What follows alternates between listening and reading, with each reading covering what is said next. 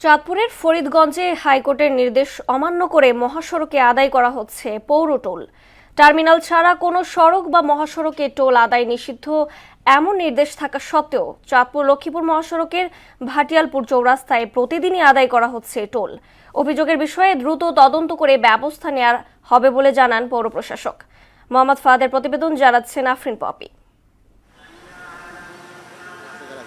সারা দেশে মহাসড়কে পৌর টোল বন্ধে 2022 সালের 21 এপ্রিল হাইকোর্ট রিট পিটিশনের ওপর একটি আদেশ প্রদান করেন।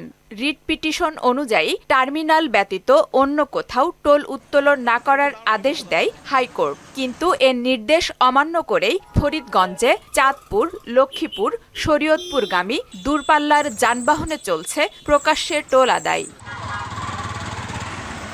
এমনকি ফরিদগঞ্জ বাস স্ট্যান্ডে শুধু পৌরটোল উত্তোলনের কথা থাকলেও নেওয়া হচ্ছে মহাসড়কের চলাচলকারী ভারী যানবাহনের টোল। টাকা দিতে অস্বীকৃতি জানালে হয়রানির শিকার হতে হচ্ছে তাদের। চাঁদাবাজি চলে চাঁদপুরে, হাইওয়ে রাস্তা, পৃথিবীর কোনো রাস্তা নাই, একমাত্র চাঁদপুরে চলে। আমার খালি গাড়ি থেকে পৌরসভায় যে টাকা নিয়েছে 20 টাকা নিয়েছে, আমি মালও নামাই নাই, লোডও করি নাই। ভাটিয়ালপুর আসলে 20 টাকা করে রাইখা দেয়। পৌরসভা হাইওয়ে রাস্তা গেলেও টাকা দিতে হয়, নামায় আর না নামায় ভাটিয়াল বলে এখানে টাকা নেয় 20 টাকা করে। কিসের ছাতা নাই সেটা বুঝতে পারি না। এরা অনেক সময় দুর্ব্যবহার করে, গাড়ির মধ্যে বাড়ি দেয়। 20 টাকা যদি আমরা না দেই তাহলে আমগো থেকে জোর করি আমগো গাড়ি সাইড করি চাপাই রাই দেয়। আমরা খুব ভোগান্তিতে আছি। আমরা চাই যে এটা খুব দ্রুত পদক্ষেপ নেওয়া হোক। অন্যদিকে নিয়ম মেনেই টোল আদায় করেন এমন দাবি করেন ইজারাদার। পৌরসভা কাগজপত্রের ভিতরে নিয়ম আছে, দেখিয়ে 24 ঘন্টা একবার 20 টাকা।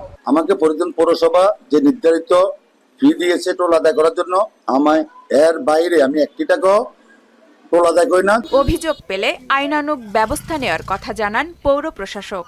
অভিযোগটি আসলে আমার জানা ছিল না, আপনাদের থেকে আজকে আমি প্রথম শুনলাম। তো আমি এটা তদন্ত করব, তদন্ত সাপেক্ষে আমি প্রয়োজনীয় ব্যবস্থা গ্রহণ করবো। তারপরে ইজারাদার যিনি আছেন ওনার সাথে আমি কথা বলবো। এই জন্য যদি কোনো ধরনের যদি অপরাধ থেকে থাকে আমি অবশ্যই আইনগতভাবে ব্যবস্থা গ্রহণ করব। পৌর টোলের নামে মহাসড়কে চাঁদাবাজির কারণে ভোগান্তিতে পড়েছে ফরিদগঞ্জের চালক ও পরিবহন মালিকরা। এর থেকে দ্রুত মুক্তি চান তারা। আফরিন পপি, মোহনা সংবাদ।